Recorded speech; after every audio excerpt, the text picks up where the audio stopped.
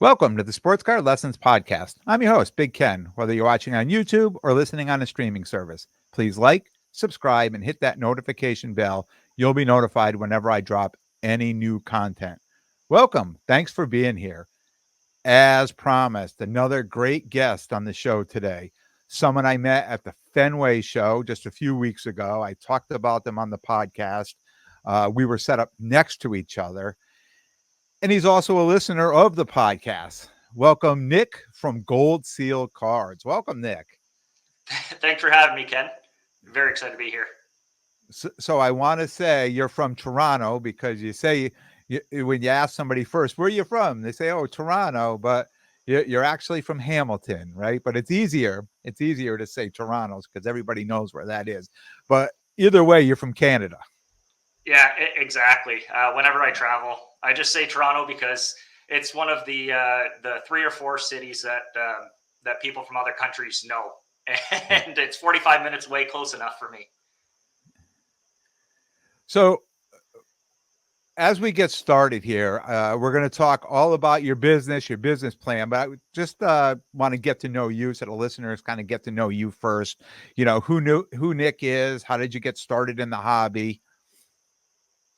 Absolutely. So my first venture into collecting was in the mid 90s. I don't know if you remember them too much, but Pogs were huge in 94, 95, little they're like this size milk caps, and you play, and it's essentially gambling. You play for them for keeps and collect them at binders and binders of them. They're worth nothing now, but enter tournaments. And it was the same idea.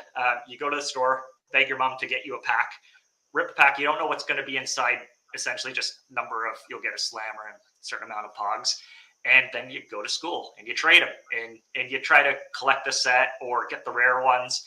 And like most people, I kind of grew out of that, was not so much into Pokemon when that came out in the late 90s. I never played the video game, never watched the show, so I couldn't connect that way. But fast forward to COVID, when a lot of people got into the hobby.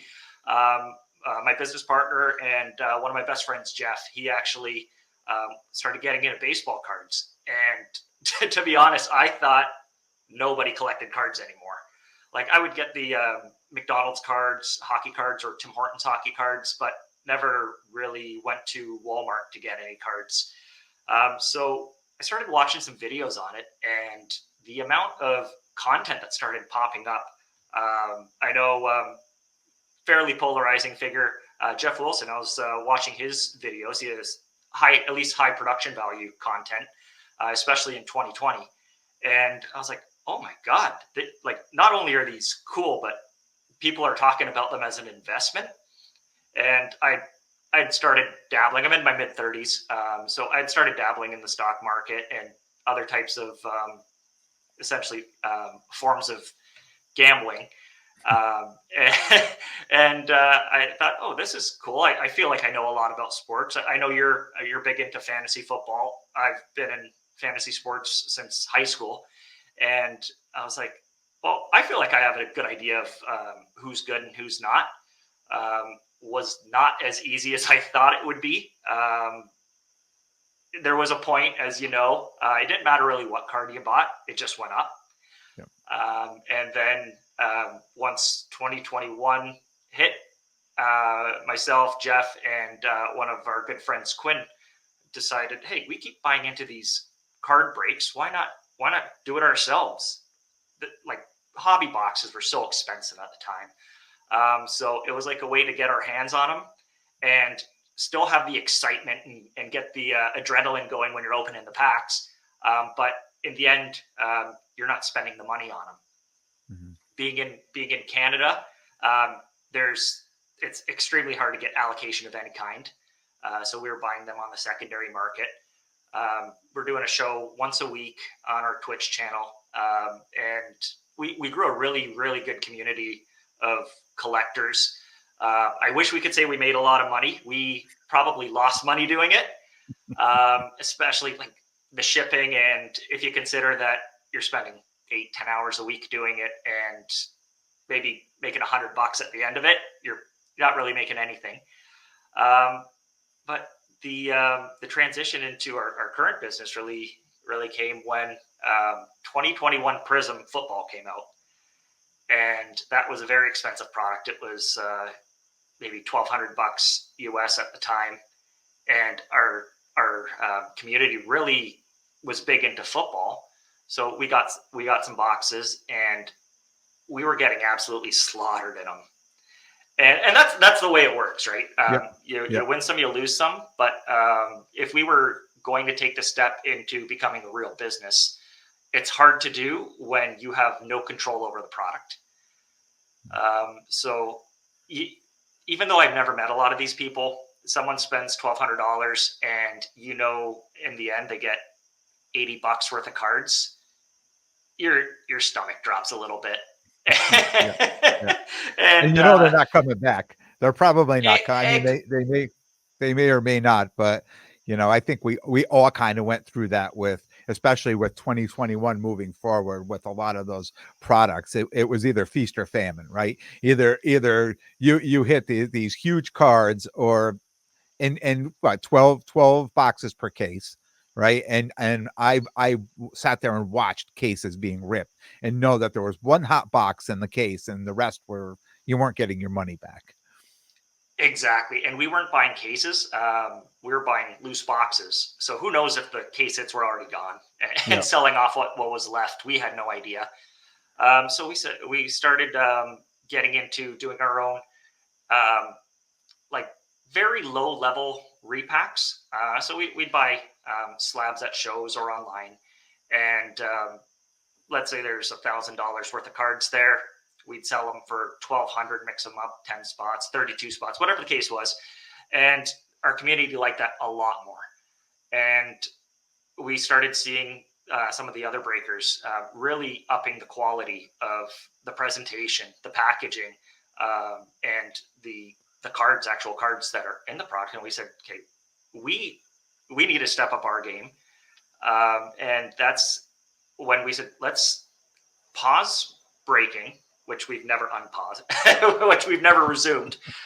Let's pause breaking and see if we can kind of do repacks, but still keep the excitement that you get when you open a box of cards. Like I know you still do it. Go to Walmart. I'll buy a blaster box just to. I know I'm not going to get anything in it, but it's still fun. Yeah. And there's some value in knowing that, okay, yeah, maybe I'll get, for a $30 box, maybe I'll get $10 worth of cards, but I feel like I do get $20 worth of excitement out of it a lot of the time. Yep. And that's a part of it. So we paused breaking, sat down together, and kind of said, how can we put this together and make it a real business, a real product, and make it fun. Genuinely make it fun. Our slogan is enjoy the rip. We want to make it fun. Yeah. I mean, and that's really what's important, right? If you're going to get into this, if you're going to do it, and what do they say is, if you do what you love, you never work a day in your life, right? That type of thing. So if you're going to get into it, my wife says to me all the time, like, what do you get paid by the hour? What you're doing with the cards down there, right? Because it never works out. But I said, at least I'm having fun doing it, right? And you're talking about going over and getting a box, and it's funny because I say this to so many people, and they know exactly what I mean is if you go get a blaster or a mega box and you open it up and you get a card that almost equals the cost of the box, it's a win. You won, right? It's like if you go to the casino and you leave with the same amount of money or close to the same amount of money you went with, you're like, wow, this was a really good day, right? It was the entertainment 100%. factor, but it had, I mean, if you actually win and pull something out, then you're same as the casino, right? You're more apt to put all that money back in chasing that thing again. And it's the same with the blasters or the megas. If I come home and I hit a big card out of an optic blaster, right, I'm going to run right back down and buy 5 more and hope to repeat that same feeling, right? So you're right. It's interesting that you came right out of the gates, right, saying gambling, right? You talk about the gambling together, because that's really what a lot of this is. It's we're really and I think with COVID, I think it attracted a lot of the people out of the casinos and out of that type of a gambling and into this hobby, because it's there, you have Yeah. something to show at the end, and that's the best I could say is at the end when you put your money in and you're getting a box, you've got something in your hand to show. It may not equal the cost of the box, but you got something. But when you go to the casino and you lose, you're not coming home with anything in your hand. Maybe some points on a card, right? But I mean, I think that's why the hobby became so attractive to people, is because you've got something. It may not be worth what you put in, but at least you came out with something, right? and Uh, and and, genuinely, yeah, genuinely, like I like sports betting. I like fantasy sports, like the stock market. I like trying to think that I have some type of control over things, knowing that I don't. yeah, And it's the fun. I'll never go into debt to have this fun, but I do think it's a real part, and I don't think that breaking or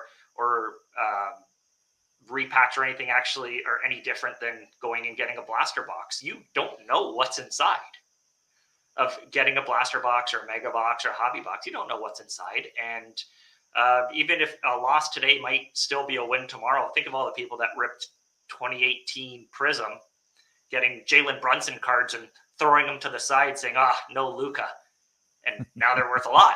It's like things change, and yeah, well, yeah, the people that bought the Mac Jones cards, and that didn't end up working out so well in the end either. You can't predict things, and yeah, if you're responsible with your money and you have fun doing it, I think there's absolutely no problem with any of it. yeah, yeah. It's funny. I just had a listener who probably went back to the beginning to listen to the very beginning. We're just coming in on the end of season 4, and just left a message a couple of days ago and said, "Oh man, I just finished the episode where you spent all this money on Mac Jones and Zach Wilson, right?" And I thought to myself, and there was a time where I was spending huge money on those cards, right? And it's Yeah, they went to nothing, but it's and you yeah, never know. it's not even just an open product. I did the same buying singles of John Morant. It did not work out, and I was buying them in 2021. Yeah, I have sold the last of my John Morants as of months and months ago, but it you you can't control the market, mhm, even though some people might try, and it's you know what, that didn't discourage me, just because I thought John Morant, and I was buying them. Like, no one's buying $500 cards not caring about if they go up or down. I don't, yeah. unless you're really wealthy. I don't believe that you think a card is so cool that you'd spend $500, $1,000 on it. You may keep No, it for 10. I You may keep it for 10 years, yeah, yeah. but I have a few Trinity Rodman cards that I bought just because as far as a PC, I think they're cool. that But yeah, that's a little bit different too. yeah, I yeah, My PC is 20. It's obscure a little bit. 2021 Prism draft picks Tom Brady. So I'm trying to get the rainbow. I got maybe 25, 26 cards. I need maybe a dozen more. And yeah, I've overpaid for cards just because the out of 20s don't come up all the time. So yeah, it's like, I yeah, just need to check this one off. But yeah. It's outside funny of that outside of those are that, yeah, it's just a lot of people do care about what their cards are worth. yeah. It's funny you should say 21 Prism draft picks, because that I ripped bait when I jumped back in. I was ripping baseball in 2020, 21. And then in 21, the first football product I decided was that draft picks, product, and had no idea that as soon as the professional jerseys, because I was so new getting in, that as soon as that these cards were going to drop, and I had these cards, and I'm like, oh, people said you should sell them. I'm like, oh no, look how expensive they are. And like in that mentality, like a stock or whatever, I got to hold it until it goes up a little more, and then they all, that was probably my first lesson in the hobby with football cards, getting to know which products were would hold value and not hold value. Yeah. Yeah, and I found along the same lines, it doesn't matter how cool I think the cards look. It's what the hobby as a whole think they look like. I love Court Kings, a basketball product. It's a little thicker Mm. stock card. It's like a canvas, and I thought, oh, these are the best. They other than the blank slates, they don't really sell too well. Yep. So yeah, it's some things we just don't have any control over, no matter how cool we think they are. Yep. Yeah. Like those pogs, right? Yeah, I still have them. I have not taken a loss on them. So Yeah, yeah. It's funny. I wanted to laugh when you said that because my son, who is probably a little bit younger than you, you know, I was I collected everything. Like whatever I bought for them, like the Pokemon cards, the Pogs, everything, no matter what I bought. And when he got done playing with it, I just packaged it up and put it in the closet, thinking that, hey, maybe someday, from the Beanie Babies to everything, right, would be worth something. And I came across those, when I moved the last time, and I was pulling those out, and I thought, oh, I wonder if this stuff's worth any money. And I looked online, I'm like, nope, back in the box. It's not worth anything yet, yep. right? Yeah, He exactly. can have them back. So. Yeah. So do you guys do mostly football? Because, I've been to the Toronto Expo. I've been to, I went out to Winnipeg. I have relatives in Winnipeg, and I went to all the stores in Winnipeg, and I never found a football card in any one of those stores. So, you know, here you are there doing the football. Is it primary? Do you do some basketball too? Is it mostly football? What product do you generally do? When we were breaking, we did football, basketball, baseball. But with Gold Seal, we've, like you say, pretty much every episode, know your lane and stay in it. Yep. And that's, we love football. And we've just stuck with football. Even our logo, that's on my shirt. It's premium football trading cards. It's going to what you love, and as you said, it doesn't feel like a job when it's something you love. I follow football. It's a 12. They've perfected it. Roger Goodell has perfected it. It's a 12-month a year sport. Yep. Even if they're not playing, you're get ready for the draft, get ready for training camp, and it's just a lot of fun for us. And we do find that football, especially in our breaks for PYTs when we're doing them, people have their home team. They don't really care if there's no chase card. Let's say in a certain year for the Packers, they're a Packers fan. They want Packers cards. Yep. And I'm the same way. For me, when I buy into breaks, I'm a Browns fan. They're always cheap, which is great for me. And we just have stuck to football. And there's always like a marquee player. Whoever the starting quarterback is some type of a chase usually. There's some exceptions, and then you'll have a wide receiver, maybe even a running back, and in rare cases, a defensive player. And we just found there's, like, when we make our checklist, there's so many more desirable players because they're not competing against each other. Where in basketball, like a good example, Jaylen Brown just won the Eastern Conference MVP, Eastern Conference Finals MVP. He's still second fiddle to Jason Tatum. And Jason Tatum will, for the foreseeable future, always outsell him because they are essentially playing the same game. Whereas if you're a running back and a wide receiver, your stats don't really compete against each other. So just football just has a lot more variety, and people are so passionate about it. It's insane. Like the amount, especially in the States, the amount of fanatic football fans that there are is incredible. And when we travel to shows, that's what we love to see, because as you said, here in Canada, it's the Expo, which is our equivalent of the National, is 90%. What do you say, 90% hockey, probably? Yeah, maybe even more. Yeah.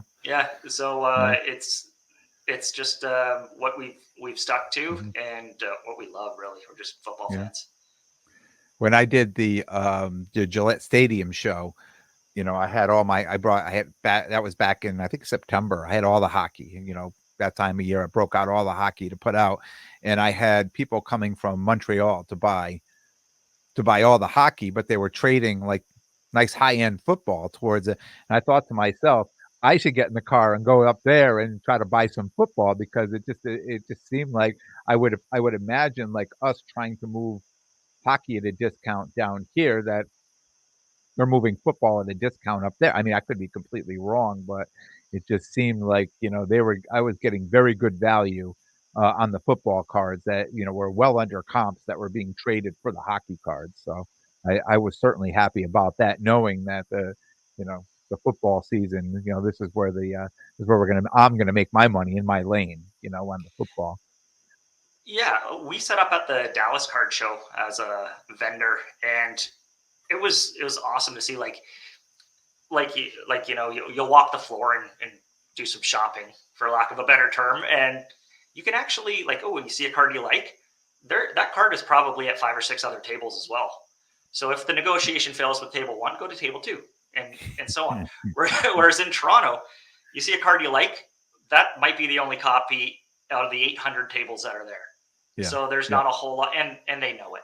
Yeah. Whereas if you were into, let's say, a Young Guns hockey card, there's tons and tons and tons, and you will definitely get them under comps at the Toronto show. Yeah.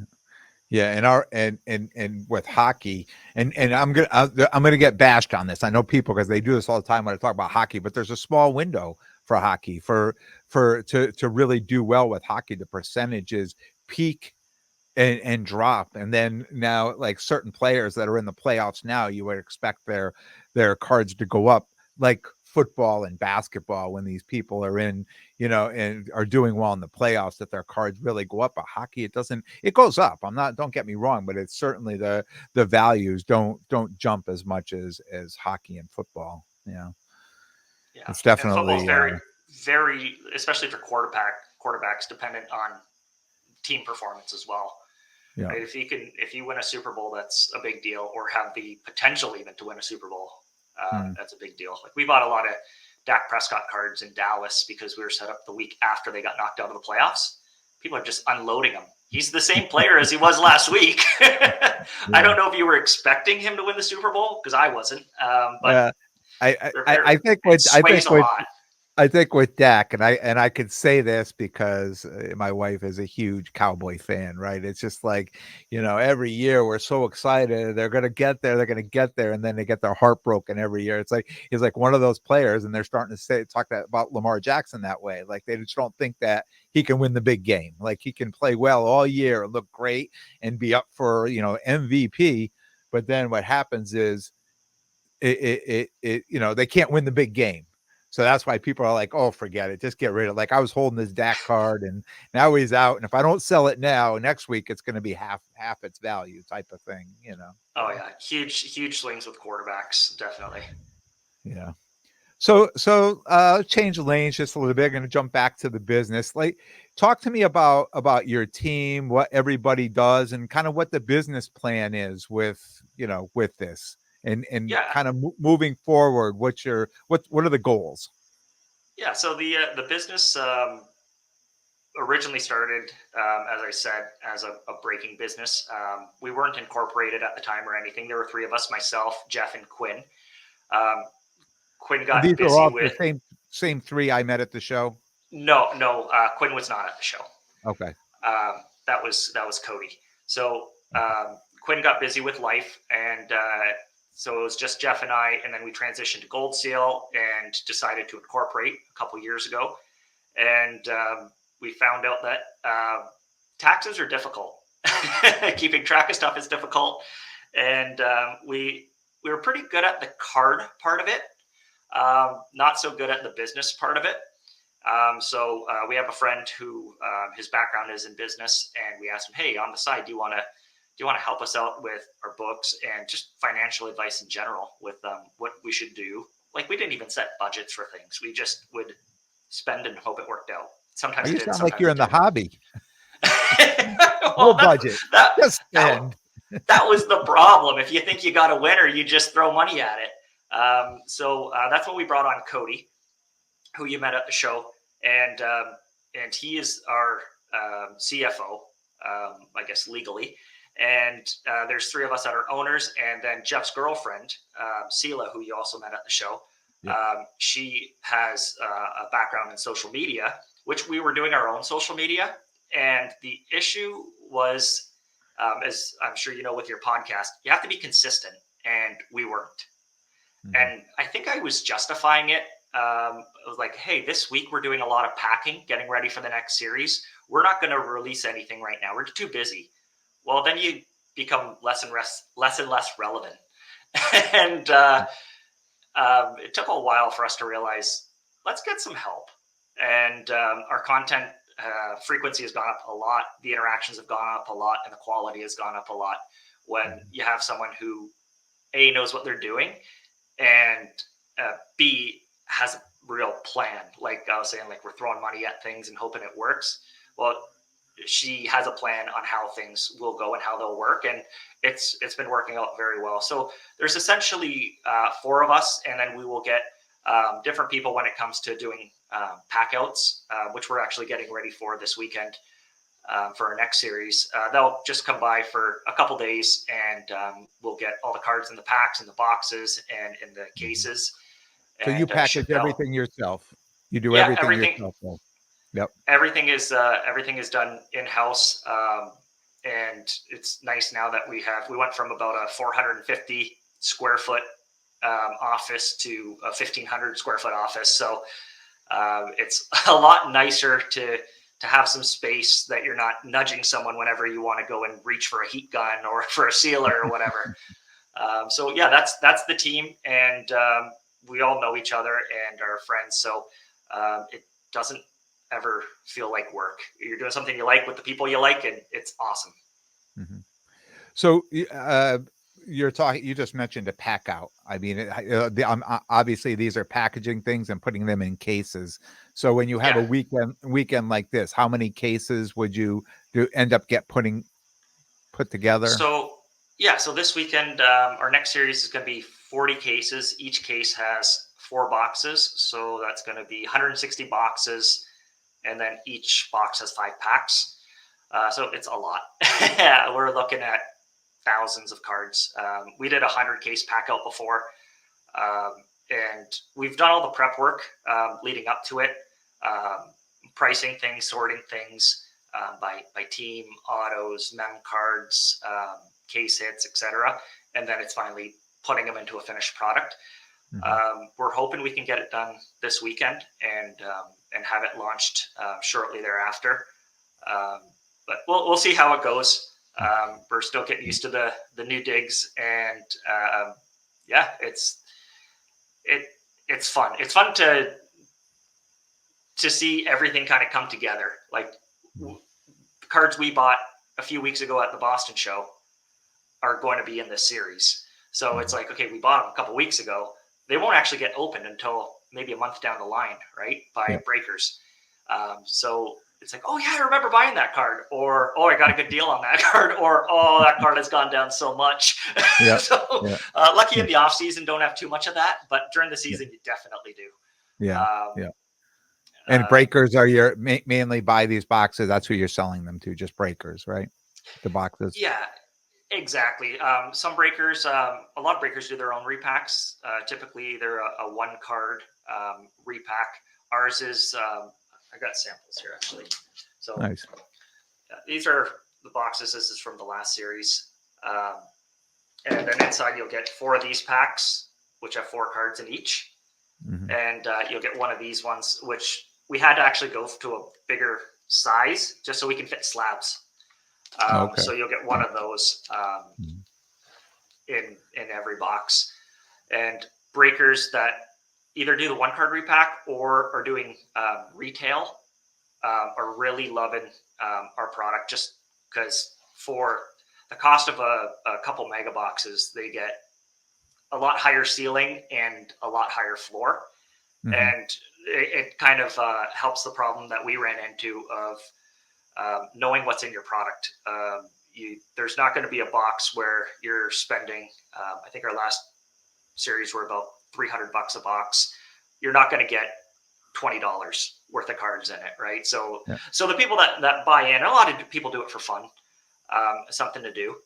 They're not going to get slaughtered, and Yeah. then you'll have every box or 2 boxes, some like crazy cards that the chat goes wild for, and we watch a lot of the breaks, and we're going to Mhm. start streaming a lot of our breaks on our channels, just to kind of be a fan again of it. Yeah. Now, does it make you, as you do this, does it make you say, hey, maybe we should start breaking our own product, like get back into doing a little breaking, or are you just so busy getting this done to get it to move it out? We've talked about it, but kind of ethically, we don't like it because you know what's in the boxes. At least at Mm, some point you do. Once they're in cases, we don't know anymore.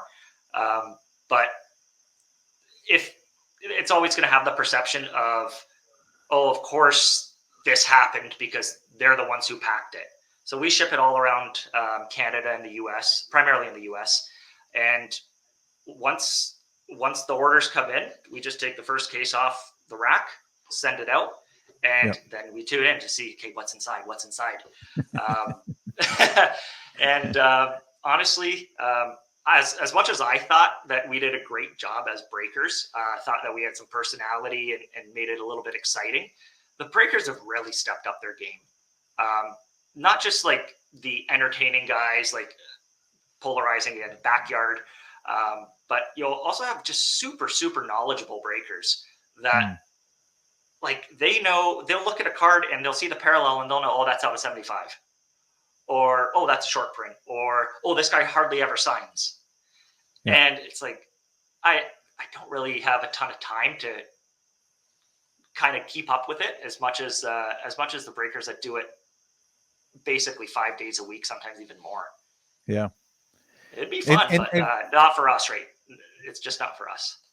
and it's probably good too. Like what I've noticed, and I've talked to a lot of different people that do this, and I've watched them. I watch a ton of boxes being ripped. Now lately, I've been watching a lot of this whatnot stuff on whatnot streams and Yep. stuff. And when you get into breaks, right, of a certain product, like right now, all the rage is the optic football, and it's a pick your team. Right, because Yeah. nobody wants a random, because no one wants to pay the money and get stuck with a crappy team, and it's pick your team. There's always those 6 or 7 or 8 teams that nobody ever wants, and they end up going to like a mini to random them off and Yeah. all this other stuff. But when you get into this, nobody cares, right? Because a lot of it is what's happening because you don't know. It's not like everything is a 2023 product and everybody's Exactly. trying to get the Colts or the Texans or things like that. When in these repacks, right? It could be anybody. It could be from 2 years ago, a year ago, 4 years, right? It could be. So random them off, nobody cares, right? Put my name in, random it off, and I'm going to hope for the best, whatever is being pulled out of there. And I think maybe, and maybe that gambling mind too. I mean, you could hit this amazing card that you had no idea, that when you're starting, especially because you guys are putting what downtowns and kabooms in there too, right? You Yep. have a case hit in your box too, so it it if you're picking your team this year for like I can look at the checklist on Panini and I know these are the kabooms, these are the teams that are going to have a kaboom, and this is who I want to invest my money in. But in your packaging, it could be a kaboom from any year, right? Or a downtown from any year. Exactly. And that was something because TikTok has really cracked down. It's become a huge breaking platform.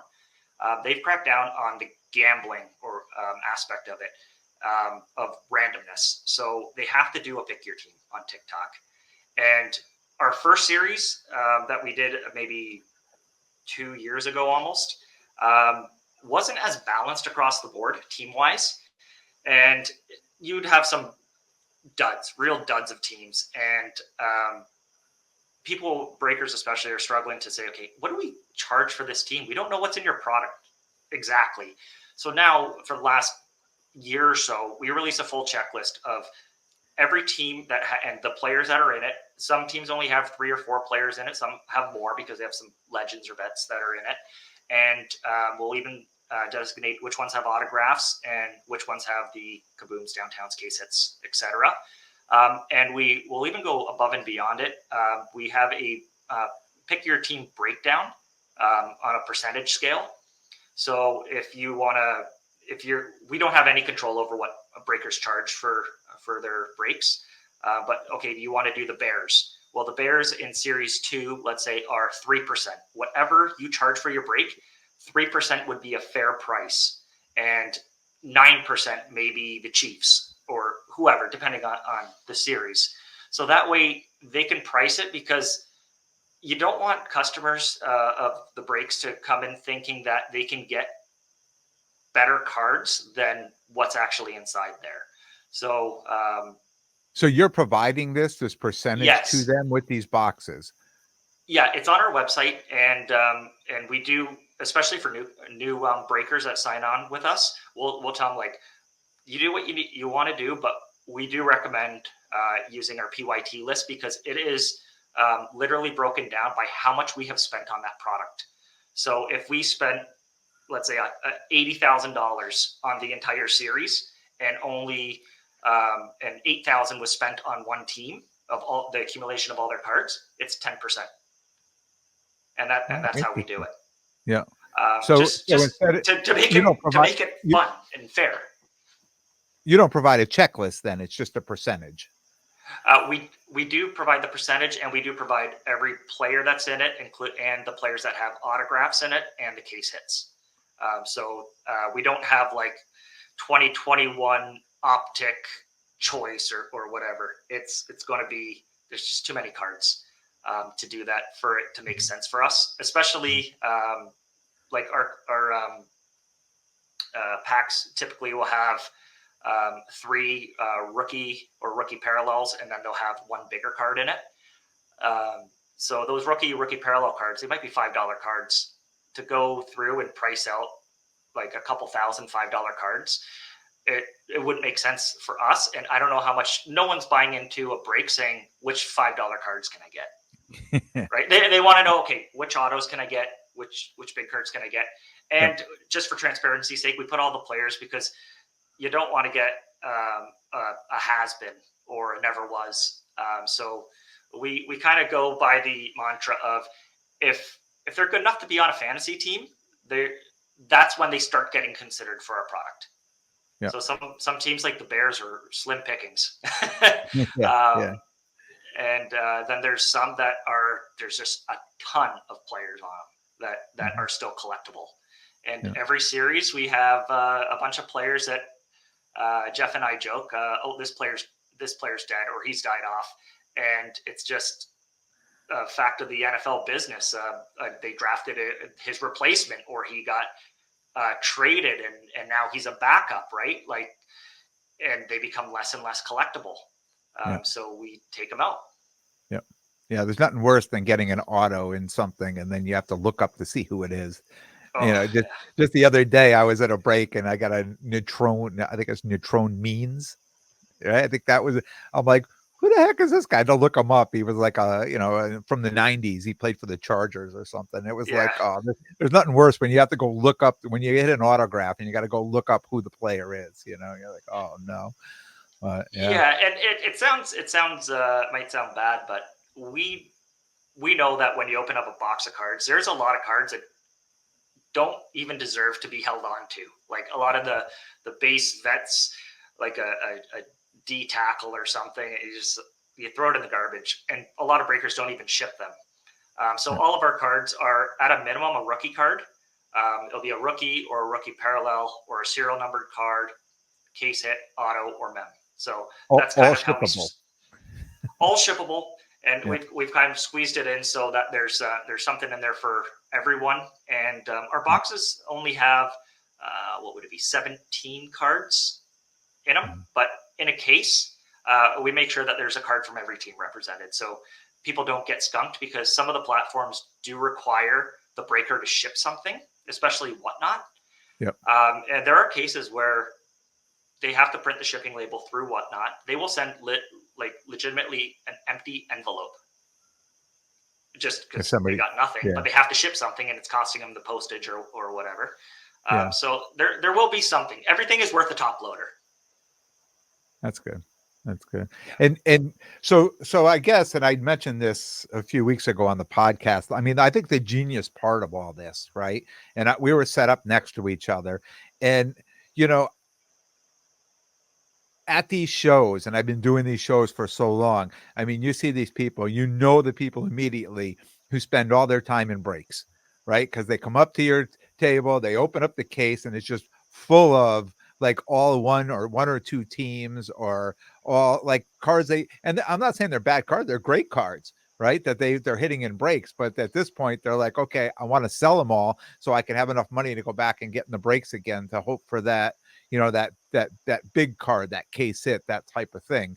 So Yeah. for you guys, I mean, these people at the shows coming up, and your sign, we're buying cards. I mean, this is like a home run for you, that these people are, coming to you. You set up at the show and the people are coming to you, bringing these cards that they probably have already won in breaks from somewhere else. Yeah, and the Fenway show was great. The traffic was awesome there, and the Yeah. amount of football that was being traded and bought and sold was really Mhm. great. Um, Maybe it's a lot like me. You hit some cards on a break, you'll get sent your 6 cards, 7 cards. Maybe you keep 1 or 2 that you really like, and then the other ones you have no attachment to. So yeah, I'll go and trade them for something I want, or sell them and Yep. buy something I want. Right? I'm not Yep. married to Isaiah Likely, but I'll keep the Lamar Jackson.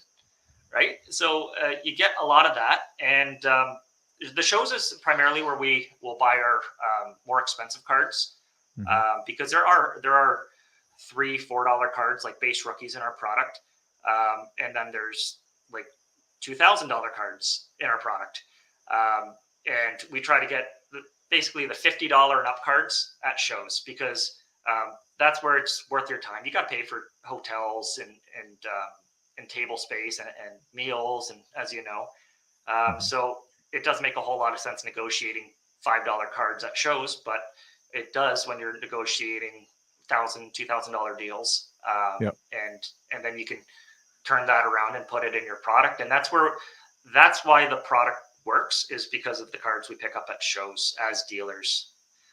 You might get them for 70, 75%. Not a whole lot of people are selling at 70 anymore, but might Yeah. get them for 75%.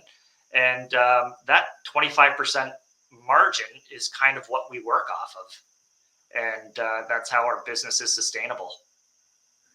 And at this point, how long have you been doing pat with the gold seal cards?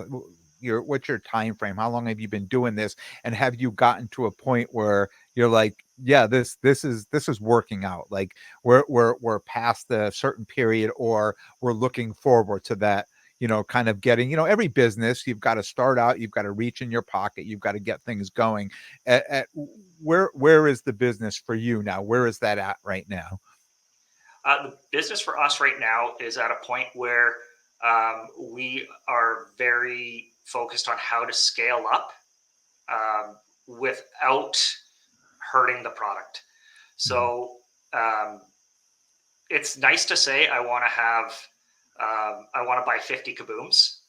It's very tough to buy 50 kabooms at a price that's below market Yeah. in a short period of time. I could Mhm. get as many base rookies and rookie parallels as I want, but the $50 and up cards are the ones that people kind of have a tighter grip on, and don't want to give them away to you. Yeah. Right now, I primarily did most of the buying. Now that we're ramping up, we're trying to do a release every month. Jeff is helping out with the buying in addition to doing the packing and his other duties. But yeah, the ramping up is the tough thing. We've seen a couple of repacks, and some people do fantastic repacks, like the 1 card repacks, and they do a really good job. And some people do an awful job. And it's like you saw them in a break, and it's like, this can't be the same company. I saw them like 6 months ago, and they're great, but they grew so big that they didn't really care what was going in there. I Yeah. saw one. I saw one where it was like a ten box case, and every box is 1 card, and 4 of the cards were the same. It's like, yeah, No you probably quality got a great control. deal on the card, but Yeah. if you think of the people that bought into that break, someone made off like a bandit, and then other people are saying, "Okay, come on, who's looking at this?" Yeah. So we don't want to get to that point. Mhm. A lot of people do like multi-sport. We're sticking and catering to the breakers that have signed on with us and sticking to football. Mhm. And and want to keep the quality up. So that's going to be the toughest thing of where we're at now. The money's working out. Yeah. We're not getting rich off of it, but that's it's because of the scale factor.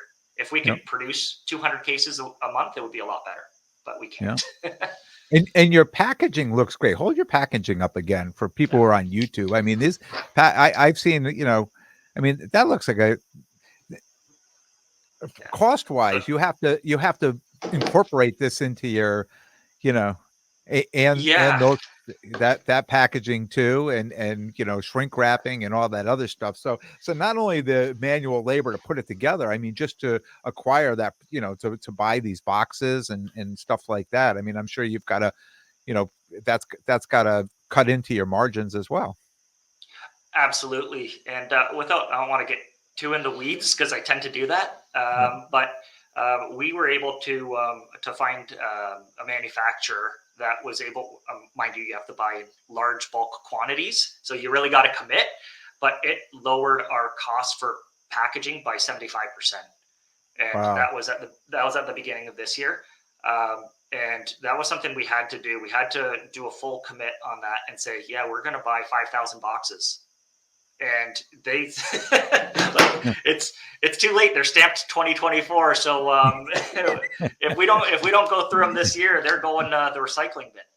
Yeah. Yeah. But that's things that I never really took into consideration until we brought on Cody to help out with the money part of things, Mhm. and Jeff especially, because he's the one who kind of we call it cooking. So when all the cards are out in their different 5-row boxes, and then we'll have the bigger cards out face up, and he's making these packs, assembling these packs together to get the fun factor up. He's the one that gives the feedback of, you know what, like we go through more packs than you think we go through, or we go through more shrink wrap or the corrugated boxes or labels or whatever. And it's like, oh, we do? I didn't know that. Mm. It's like, how much is it costing us? And it was like last year, it was costing us like $11 or $12 per box. That was the box, the packet, the packaging, the shipping box, everything. And that is in the end coming out of the people who are buying into the brakes pocket, and Yep. getting that down to $3 is great. It's almost negligible now. Wow. And Wow. we've gotten to the point where the quantity that we are buying for the supplies, it's gotten over the hump where it doesn't even make too much more sense to buy much more because the discount is kind of broken. Yeah. And it looks professional, and a Thank you. lot of these ones I'm getting on, and you see just like the sticky pad, like the envelopes, Yeah. like a bubble mailer, right, with just stuck over. And I say to myself, now I see your packaging like that. I mean, I would think the guy, the people, the breakers on the other end that are doing this, I mean, you can hold the sealed box up and people are going to feel much better about it, right, than Yeah. a bubble mailer stuck. So um Yeah, and and it kind of circles back to the integrity part of it, of how we don't break our own product. And the people that are buying it from us, the breakers that are buying it from us, they genuinely have, and I can tell you with 100% certainty, they have no idea what is in their box or in their yeah. case. And you can tell from some of their reactions. We had we had one guy pull the Trevor Lawrence RPA, he dropped it. I don't know how the card ended up, but he dropped it. And Sela tried her best to cut it up and put it in one of our reels that we post on Instagram. Had to cut it a little bit short because the card took a little tumble, but he was shocked it came out. Yeah. And Yeah. we had someone pull it was, who was it? Josh Allen RPA. It was a card shop, and someone bought it at the card shop, opened it at the card shop, and we get a message on Instagram saying, "Oh my God, you guys aren't a scam." It's like, okay, what are you talking about? It's like, Yeah. oh no, we bought a box from you, and someone pulled the Josh Allen RP. I go, oh, okay, good. I didn't know if you were starting trouble or what, but it's Yeah. there is no real secret sauce. It's the margin that we have is because we set up at shows like you do. Like Yeah. it's very different being on the other side of the table. Yeah. Yeah. And what a great business plan, right? I mean, and for what you're doing, and it takes dedication because I think I mentioned earlier that you're not getting paid by the hour to do this, right? So you have to love what you're No. doing, and you have to like the people you're doing it with. If you're going to spend a whole weekend in here, and you all have to work like a well-oiled machine, not only putting these cases together, but promoting it, and buying the boxes, and just doing so much. Like one person, it would be way too much for one person. So you Oh come yeah. in with a team and you're doing this. So yeah, you all need to really work pretty close together to make this successful. Yeah, and even the security aspect, like we have security cameras all over the office, and we had it in our old one as well. But that's still like when you got $80,000 worth of cards sitting around. The good ones are in a safe, luckily, but Yeah, still, like it's not hard to steal a card, and to trace back the video and pinpoint exactly when a card went missing or whatever, it's near impossible. yeah, So you do have to trust the people that are working with you, and we've had no issues. And knock on whatever this is made of, hoping that we continue to have no issues. yeah, But things will happen, and hopefully we learn from it and just kind of set ourselves up to when something does happen, it's not catastrophic. Like I've bought some cards online that Jeff looks at it and he's like, this corner's wrecked. And I'm like, oh God. And then I'll look at the listing. I'm like, it's right in the listing. And I'm like, I was like, well, we can't put it in our product because all of our cards have to meet a certain standard. So it's like, well, yeah, let's give it away on Facebook or Instagram or whatever, right? yeah, Just mhm, to get rid of it. So you have breakage, learning, yeah, growing pains, but it's yeah. all part of it. Or you could resell it at the show, right? Throw it in your case at the show and let somebody else see if somebody Yeah, else that wants to that one. buy it. Yeah, Yeah, that's what shows are great for because you can inspect the card. Like we had someone come up and show us a Joe Burrow card. It was a rookie green. Looking at it, like, wow, this is nice. And then he's like, I got to tell you, look at the top back. Look at the back, and yeah, it's got yeah, damage. It's like, well, that's like I could tell right away. I know all I need to know about this person. yep, I'm drooling over this card, and he's the one pointing out. No, look here. yep, It's like, yep. oh, okay, well, we're not interested. He goes, well, I'm pretty much giving it away. So what would you offer me? And I'm like, oh, it's insulting. And he's like, insult me. I'll give you this. Okay, all right. Yeah, I'll It's take it. still a cool Yeah, card. yep, It's yep, not going to get into our product, but it's a cool card. yeah, yeah. And I know, like, and we were set up together, right? I mean, there was a couple of times that I just said, "Hey, this is probably your guy right next to me. Talk to him to go through." And there was a couple of cars that came through, like a downtown or Kaboom, that I would look at, and I'd be like, same thing, and I'd look and I'd say, "Oh, it's got a bad corner, or there's a big dent in it, or a dimple, or something like that." I'd be like, "Oh, I'd love to buy And this and, car." and I know you're big into buying and grading, right? Yeah, So a lot of times you're looking at it, will it gem or have at least a good chance to gem? yeah, Whereas for us, if sometimes you'll look and you'll have a card that's a little off center, top to bottom, you would pass on it in a heartbeat because your odds of gemming are very low. We might look at that and say, well, I could point it out to this guy that's off center and say, okay, look, if I grade it, it might get a 9. What can you do for me? And mm, then that same card, nothing's wrong with it. It's how it came out of the pack, and it goes into our product. yeah, It might be a mint plus, but not a gem mint. But we're not. If we were advertising gem mint, they'd all be in holders. yeah. Most of It'd all our be graded. cards are raw. Yeah, most of our Yeah, cards are raw, and we have had some good feedback of people that have graded our cards and done well. mhm, And then I don't know if it's in the packing process or we just missed it. We've had instances, and mind you, we've done tens of thousands of cards in the last couple of years where they'll send us a picture and, oh man, there's a scratch on the back. Yeah, we'll just have to give you whatever that card costs back, right? yeah, It's the cost of doing business, and you don't want someone to feel like they were taken advantage of or had one pulled over on them. It looks bad on us, but especially since it's the breaker that's usually having to deal with the customer service issues, yeah, and the breaker is our customer. mhm, Um, we need to take care of them, and taking care of them might mean taking care of their customer. So, yeah, so that's what has to get done. yeah. And the breakers also have it on camera too, so it's not like. Oh yeah, yeah, and Yeah, that is very important to, especially on a bigger card. look it over Yeah. on camera, so that's how it came. Yeah. Yeah. I do Do have you a guys question grade it for all? you. Uh, we are actually going to start getting into it, just kind of as a vertical on our of our company. Don't know if we're going to integrate it into the products necessarily, but with so many cards that come through here, and Jeff is our quality control, some of them just look fantastic. Yeah. And you say, you know what? It's a $60 card, but in a 10, it's $250, right? Yep. Might be worth the $25 to send in. Yeah. Yeah. And as long as we don't need it for this product or the next product, we can wait the month and a half. Yeah. And Yep. if it works out, it works out. If not, usually on these 60 or 50 to $100 cards, even a 9, it increases the value some. So yeah, I'm not too experienced in submitting. I go through a group submitter for my own stuff. But yeah, it is something that we want to get into. But got to do a few more YouTube videos to figure out how not to make the mistakes, because I'm sure you must have made mistakes. You grade a ton. Yeah. Um, Yeah. and I want to avoid the easy mistakes at least. Yeah.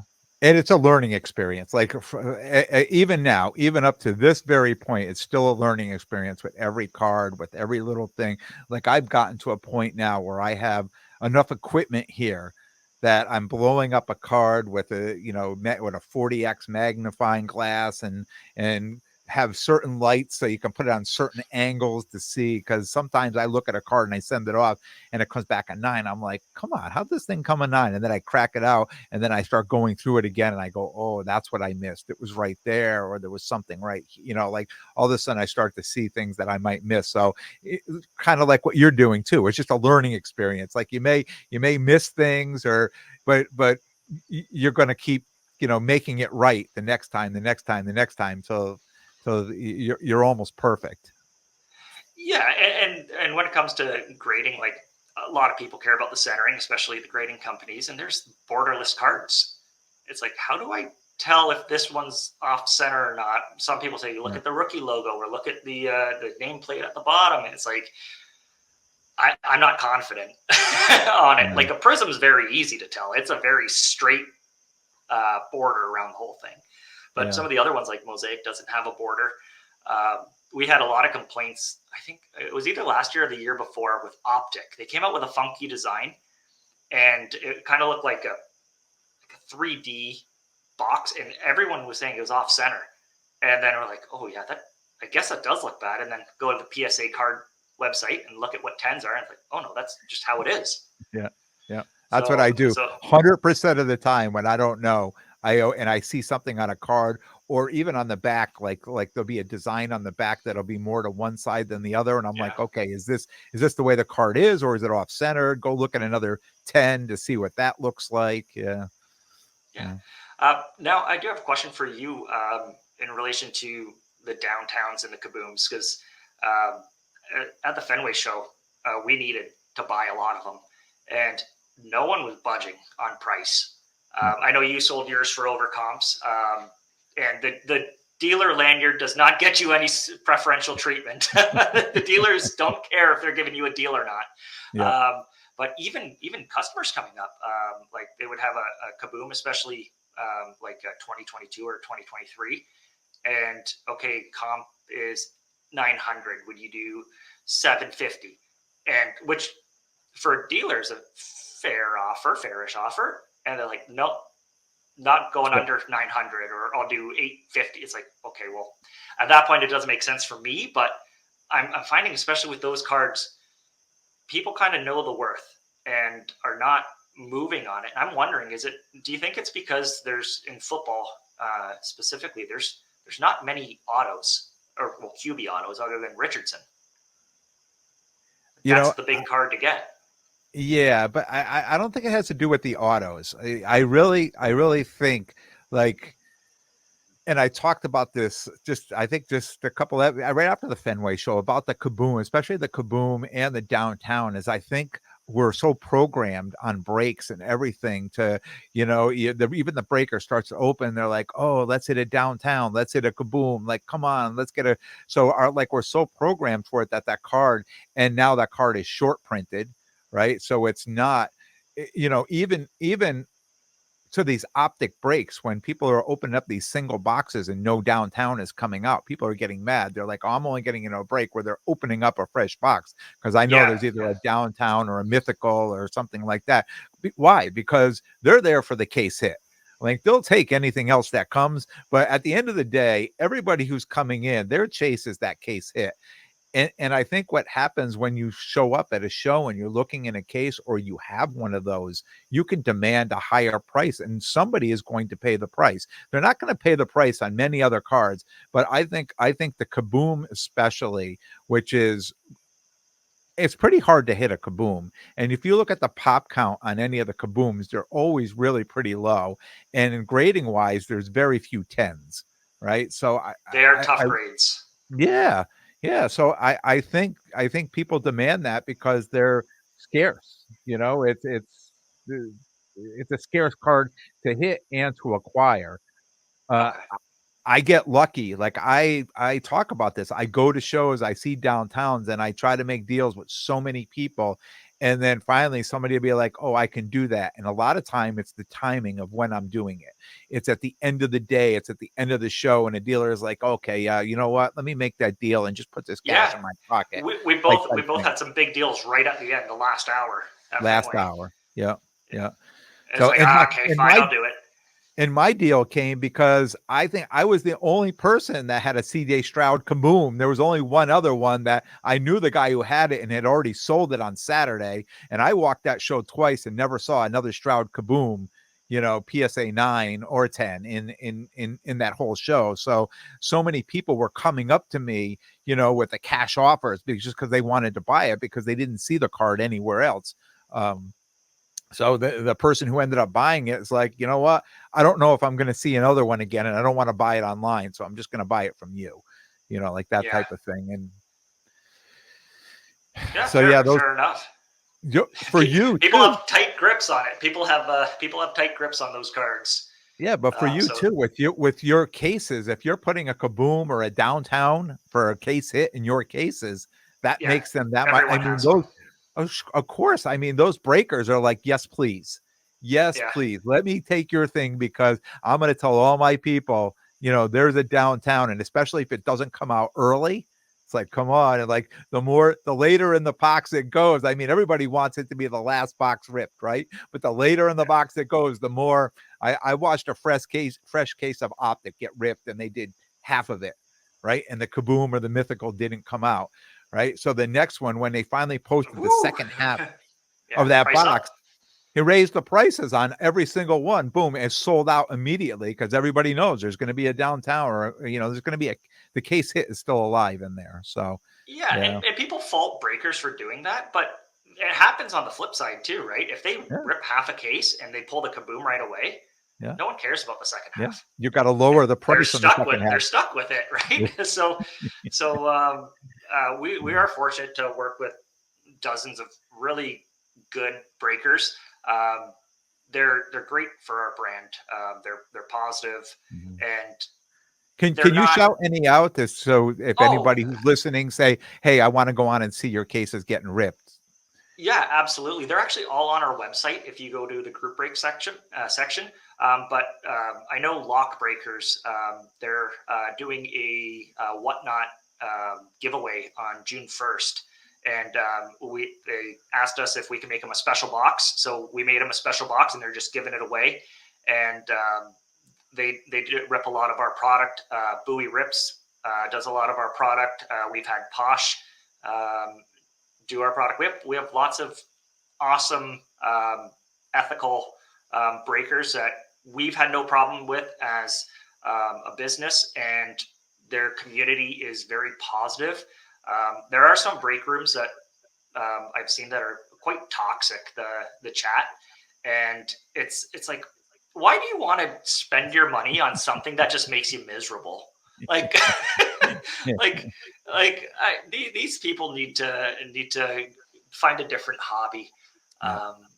And while we can't say we've vetted them all and they're all A plus stand up people, the ones that uh, we've we've worked with and consistently rip our product and we watch their streams, they're absolutely fantastic, and they're just good overall people. Mm, nice. Where are you going to be now? I know. I think when we talked, I think you were going to the Tennessee show. Yeah. Where else? What other shows you going to be setting up at? So we were going to do Chantilly, and then I got reminded that we already had I had family plans for that show or that weekend. We are going to the Nashville show, and that is next month around this time, I think. Yeah, That's a They call it the National. Love the it. National. Yeah, I'll be there. Yeah. Yeah, Oh, awesome.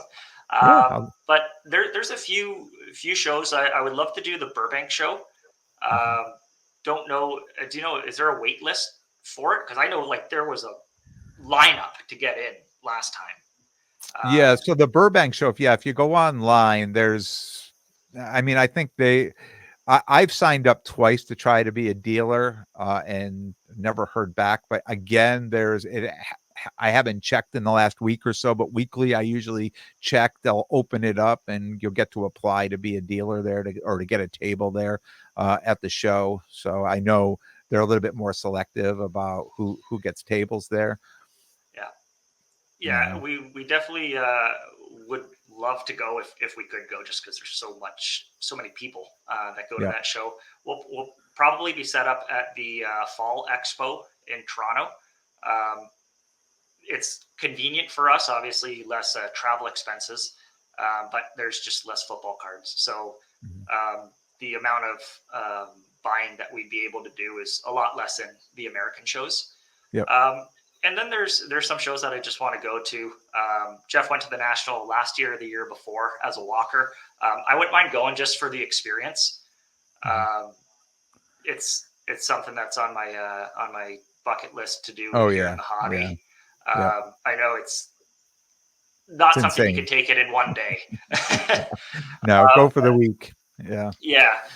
So it's fun. It's fun, and the amount of times you'll chat with someone as a dealer, and a minute in, there's no deal to be done, but you're just talking about a card or a player or whatever, Mhm. and it's like this is fun Yep. for anyone that is in like the Facebook buy sell trade groups, and a lot of toxicity in some of them.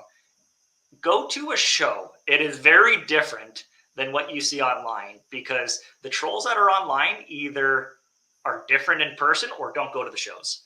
Yeah. Because I have not had any issue with people at shows, either as a walker or as a dealer. Genuinely have always enjoyed my time there.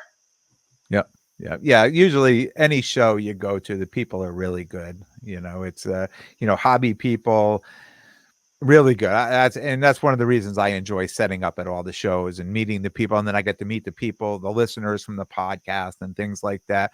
Online's a little tough, even like to sell. And I say I have trouble selling online because I get annoyed because I put stuff up in groups and as soon as you put something up for sale, somebody's like, "Oh, how could you be asking this much?" And there's always somebody that's got something, or like this, somebody will accuse it. Oh, that card looks like it's non-legitimate or it's a fraud or something. I'm like, it's graded by PSA. Where did you just come from with this? So yeah, I find being online, not all the time, like I'm picking out those one There's or two very things. yeah, you just block them. Yeah, yeah, but going to shows, that's to me that's the best place to go to, just to be in the hobby, just be out there with the people, and you're getting people genuine. Yeah, and if you have focus, like anyone who's listening that wants to set up at shows or go to shows, if you have focus on what you want to do, it is a huge help. Like you had a lot of cards. Well, you have a public presence, let's say. So a lot of people came to your booth, and you were very picky on what you're going to want to buy. Mm, And whereas they'll come to my booth, and basically any good card. I'm not team specific. I'm not. yep, Uh, I'll have a a lot broader window on what I would buy, but Mhm. they'll come by with a Anthony Edwards auto. Man, I'd love to have it, but that's not what I'm buying. Like, Yeah. like Yep. you focus on what you want. And I find a lot of the dealers that I was talking to, you can kind of see by what they put out. They have their own lane, Yeah. and Yeah. some Well, guys we know have, what sells. We know what yeah, sells. yeah, So what I'm buying, and I get kind of picky, but I don't want to buy something, and been doing this long enough. I don't want to buy something to put in my case that's just going to sit there, and it's going to be that one specific person that may or may not come by and see it that would want to buy it, right? yeah, So I'm putting in my case cards that I know people are going to show up and they're going to say, "Oh, I want to buy that card," and try to negotiate with me on that card. And those are the cards I want to buy. So a lot of them I was passing on to you because they're more particular cards. But what you're doing, there's a greater audience for those cards, versus me yeah. just being at a show here in the Northeast. Yeah, like Yeah. in Boston, a CD Lamb auto might not be a hot ticket, and it might sit in your case. But if it's going into one of our products, and then someone's buying the Cowboys, they would love it. Like Yeah. it's different strokes for different folks type of Yep. Yep. mentality. And like some guys have the dollar boxes, and they do so well. And you walk by it one day, and then the next day it's just gone. Everything's been taken, right? Yep. And it's Yep. like I don't know if I have the knowledge to know kind of, because you can't comp $1 cards all day long, right? You kind of got to have a Mm. feel for it Yeah. and the patience for it. And it's like I can't do that, but I can do this. And like you're into women's sports. There's and some non-sports, and I could see the niche. There's not a whole lot of that I saw at the Boston show, right? So if someone went there and said, you know what, I want to go and pick up this card, like yeah, that Seinfeld card, that's for sure the only Seinfeld card in the whole place. So if someone wanted it, they don't have a whole lot of opportunities to go and Yeah. get that card unless they get it from But you. but you saw I mean, you could see my experience being a dealer. You saw the placement of that case and those cards there, like the Seinfeld and the Jersey Shore, and all people are coming by and they're stopping because they're like, "Oh my God, I didn't realize there was a Seinfeld card, or even Yeah, there was a Barack Obama card." Right? yeah, It's like people were just stopping, and that's the goal, right? Just to get people to stop at the table and not only look at those cards because it's triggering something in their mind, like everybody. I don't care who you are, what the Seinfeld show is, right? yeah, It's so yeah, and just think, and then there's a Britney Spears card in there, and there's a Lady Gaga card in there. I'm trying to like get try to you know get people just to stop for a minute, right? When I first started, I set up with a guy that had these really old 82 all-star wrestling cards. Like he came out with the Hulk Hogan and all, and people would stop, oh my God. But and a conversation, and then usually would buy something, and I thought to myself, that's the guy I want to put some cards in there that's going to make people stop and have a conversation. I don't care if they buy anything, but just stop and talk to me, right? yeah. We went to a little like 40 table show locally here as walkers, and we had a goal of buying a bunch of lower end $20 and under cards. And I'm walking by and I see these wrestling cards, and I haven't been big into wrestling since The Rock and Stone Cold were a thing. But I'm like, you can get his autograph for like $40. Okay, give me it. Like kind of like I didn't have any plan on buying it, but it's there. Yeah. Okay, and I think that's like what you had there when in your case that was the closest to us that had the non-sport. It's a lot of times you'll get young people who may not even be of driving age. So they're there with their parents or their older brother or sister that's not even into cards at all. Now it's something to look at, Yeah. right? Like Yeah. there's enough Bowman firsts to look at in Fenway Park. This is different, and if anything, it makes them just stop and and then their kid or whoever, their husband or wife will look at you have other stuff that I might be interested in, and Yeah. even if Yeah. no sale gets done, it's now you kind of congregate and get a group going around your table. Yeah. So it's I know you're genuinely into that type of stuff, but like as a dealer stuff, that's a great little idea or setup. Yeah. Yeah. All right. Nick, I appreciate you coming on. Tell everybody where they can find you, where they can get information, and if there's breakers that want to talk to you about buying your product, how they get in touch with you. Absolutely. So we primarily are on Instagram at Gold Seal Cards. Our TikTok handle is the same at Gold Seal Cards, and our website is the same, goldsealcards.com. We'll be releasing our next series, 2024 Series 3, in the coming weeks, and we are looking to take on new breakers because we have increased the amount of cases that will be available. So feel free to reach out to us on socials, and we'll for sure get in touch with you. Sela is on the messages all the time, so they will go red, no matter how silly they might be. And Yeah. thank you, Ken, for having me on the show. Longtime listener. It's crazy how on a flight to Edmonton, when I needed to download some new content, listen to you, and then a year and a half later, I'm set up next to you at a card show. So that was awesome. Thank you so much for having me. Well, what a great feeling for me, because I met your other guys first and was talking to them, and then you had showed up later that morning, and you turned and you said, "Wait a minute, are you Big Ken?" And I'm like, "Oh, of course I am, right?" And I was like, "Oh, this is great." And to me, on the other end, it just goes to show how far this reaches, because you never know. Absolutely. Sitting here in my office in Connecticut doing this, and then I see some of the things. I'm in other countries and things. So it's just great. It's good. It's good to know. It's good to know. For And sure. again, I appreciate you coming on, and I'll be in touch with you. So we'll definitely if you go to the National, I'll definitely we'll find the time to meet up out there as well. Absolutely. Thank you so Uh, much. Thank you. I want to thank everyone for tuning in. And if you like what you hear, please definitely subscribe. And most importantly, tell a friend and spread the word. And until next time, take care of yourselves and everyone around you. Thanks, Nick. Thank you.